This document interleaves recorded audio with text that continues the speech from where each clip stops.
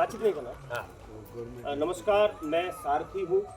जो मुझे नाम मेरी टीम ने दिया है, असली नाम नहीं है।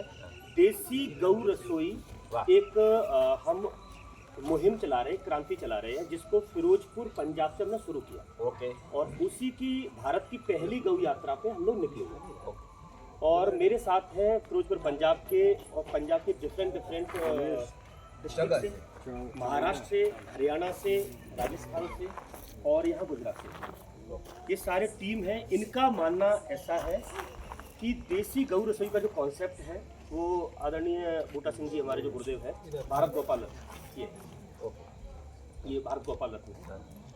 तो इनका मानना है, वही हमारा सबका मानना है कि जिस घर की रसोई ठीक हो गई बराबर, तो सारा कुछ ठीक हो जाएगा। जो आपने कहा था कि आप हमको प्रोडक्ट तो ठीक दो, बाकी तो मैं कर दूंगा।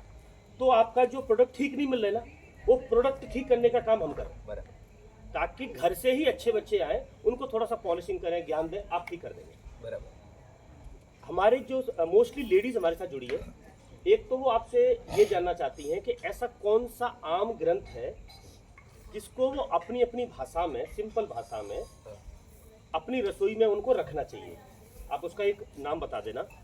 दूसरा ये है कि हमने कुछ फूड पे रिसर्च करी है। 18 साल हो गए मुझे ऊर्जा विज्ञान पे काम करते हैं। बराबर है। आयुर्वेद पढ़ने की गुरुदेव मैंने बहुत कोशिश करी। सच्चाई ये है, 3 पेज खोलो, नींद आ जाती है, बहुत माथा फोड़ती। बहुत सारे हमने सुनते हुए लोग देख लिए कि आयुर्वेद में ये लिखा है, मैंने आयुर्वेद से पढ़ा। 99% लोग झूठ बोलते हैं। आयुर्वेद पढ़ा ही नहीं, क्योंकि उनके रिजल्ट से पता लगता है कि अगर आयुर्वेद में ये लिखा है फिर मैं तो आयुर्वेद पढ़ूंगा ही नहीं, है ना। सही। तो मैं आपकी जो तारीफ सुना कि भाई जो आपकी सब्जेक्ट की पकड़ है, मेरे ही टीम के हैं, एक तो पूनम जी है, बहुत सारे लोग हैं जो एसएम साहब हैं, वो 4 साल से आपको फॉलो करते हैं। अच्छा। और वीरेंद्र जी वो भी हमारी टीम के मेंबर थे।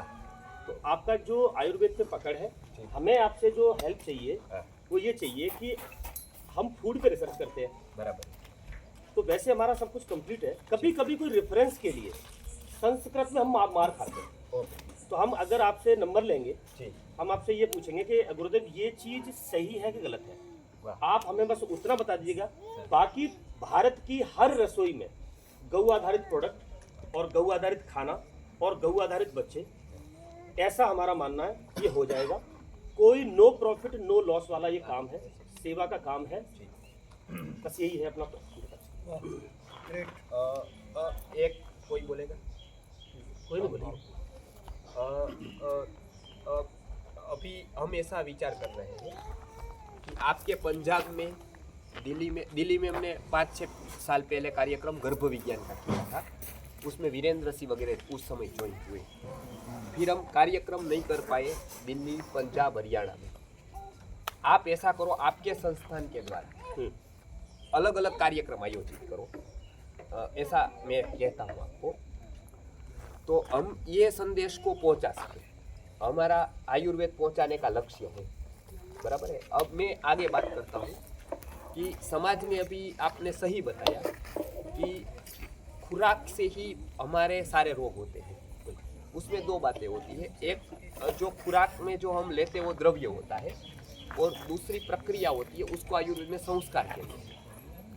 अब आज द्रव्य भी सही आपके पास आ जाए ना, तो संस्कार प्रॉपर हो।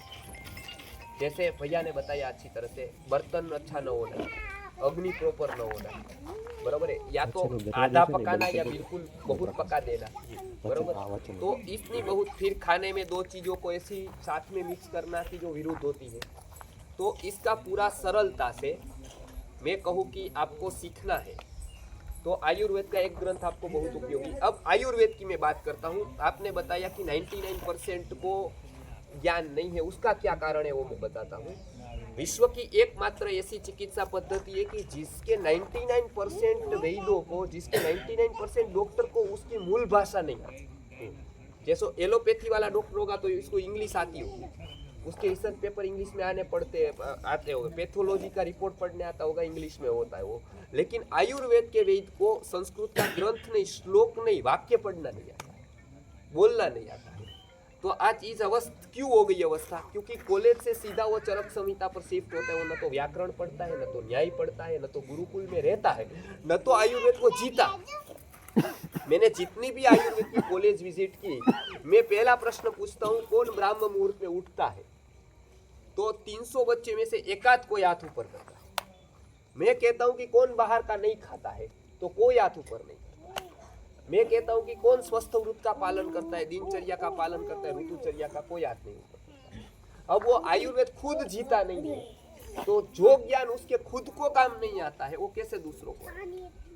मतलब ऐसा ही हुआ ना कि मुझे खुद का ही ज्ञान खुद को नहीं आया काम, बराबर। तो इसके लिए गुरु परंपरा से जो विद्या थी, वो विश्वनाथ गुरु जी ने यहाँ पर टीका कर वाराणसी, बराबर है। आयुर्वेद का एक तंत्र नहीं, 8 तंत्र पर कार्य किया। एक तंत्र नहीं, आयुर्वेद के 8 तंत्र, अष्टांग, उसमें विष चिकित्सा है, बराबर है। हम बिच्छू उतारने का भी सिखाते यहाँ पर। जहरीले कोई कीड़ा अड़ जाए तो आयुर्वेद की दृष्टि से क्या करना चाहिए वो भी सिखाते हैं, बराबर। उसकी शिविरें लगती है प्रॉपर यहाँ पर, और वो यूट्यूब पर आप वीडियो देख सकते हैं, बराबर है। दूसरा, रसोई की बात आई तो अब मैं सीधा वहां आता हूँ। भाव प्रकाश नाम का एक ग्रंथ 16वीं सदी में भाव मिश्र ने लिखा है, वो आपके लिए बहुत उपयोगी है। उसमें हर एक रसोई की बात बताई गई, और वो रसोई कैसे करनी है वो भी बताया गया है। मॉडर्न की बहुत सारी चीजें वहां पर आपको देखने को मिलेगी। जैसे भाव प्रकाश नाम का ग्रंथ है, बराबर है। उसमें 2 भाग है, एक निघंटु का भाग है जिसमें वनस्पति की बात की गई है, वो आपका उपयोग का नहीं है। आपका उपयोग का रसोई का है। जो संहिता भाग है, भाव प्रकाश संहिता, वो आपका उपयोग का है।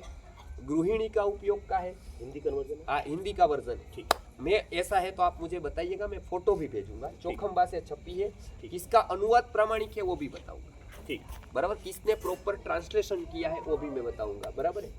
अब जैसे जलेबी आई तो उसका वर्णन भाव प्रकाश में, जलेबी बनाने का। अब आप बोलोगे कि जलेबी तो मैदे से बनती है, बराबर है, तो वो मैदा बनाने की विधि भी भाव प्रकाश में, किस प्रकार का मैदा खाना है। अभी ये विकृत मैदा है जो अभी हम खा रहे हैं।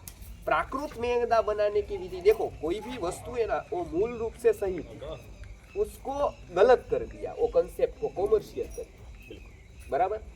ऐसे बहुत सारे कंसेप्ट है जो विकृत हो गए। पहले भारत ने ही दिए थे, क्योंकि उतनी मनीषा भारत के ही लोग रखते थे, लेकिन बीच के काल में वो कंसेप्ट विकृत हो गई। उसका मैं एक कंसेप्ट बताता हूँ, वैक्सीनेशन। वैक्सीनेशन खोजा भारत ने ही पहले, बराबर। पहली वैक्सीन गंगा जल से बनी, उसका वर्णन धर्मपाल जी ने अपनी पुस्तक में किया है, बराबर है। शीतला की रसी भी भारत ने शोधी थी, लेकिन आजकल जो वैक्सीनेशन का फिर विकृतीकरण हो गया, उसके कारण पूरी तकलीफ। आप समझिए, मूल कंसेप्ट बराबर था लेकिन उसका विकृतीकरण, बराबर। तो ऐसी बहुत सारी चीजें, रसोई में भी ऐसा हुआ है, ऐसे बहुत सारे कार्यों में ऐसा हुआ है। तो इसको प्राकृत रूप में हम कैसे पहुंचाए, वो एक इसमें खाने का समय और सारा लिखा हुआ है, पूरा का पूरा है। खाने का समय क्या होना चाहिए, खाने का पात्र कैसा होना चाहिए, खाने का आसन किस में होना चाहिए, खाने पर किसकी दृष्टि नहीं पड़नी चाहिए, खाते वक्त आप किस भाव में होने चाहिए, अच्छा खाते वक्त आपको कौन सा भाव नहीं लाना चाहिए, ये पूरा का पूरा उसमें लिखा हुआ है। अच्छा, केवल इसमें नहीं है, कुछ कुछ ऐसा होता है कि अति प्रसिद्धत्वात् अनुक्ति, मतलब जो अति प्रसिद्ध हो गया उसकी मैं उक्ति नहीं करूँगा, बराबर है। तो ये जैसे हमारे जैसे संस्कारी लोग हैं, मैं बहुत कुछ यहाँ नहीं बताऊँगा आपको, क्योंकि वो अति प्रसिद्ध है। जैसे मैं बोलूँगा ऐसा मैं आपको नहीं बताऊँगा कि यहाँ नियम है कि वहाँ आप यूरिन मत करना, मैं बताऊँगा नहीं बताऊँगा ना कि खुले में मत करना यूरिन, ये नहीं बताऊँगा।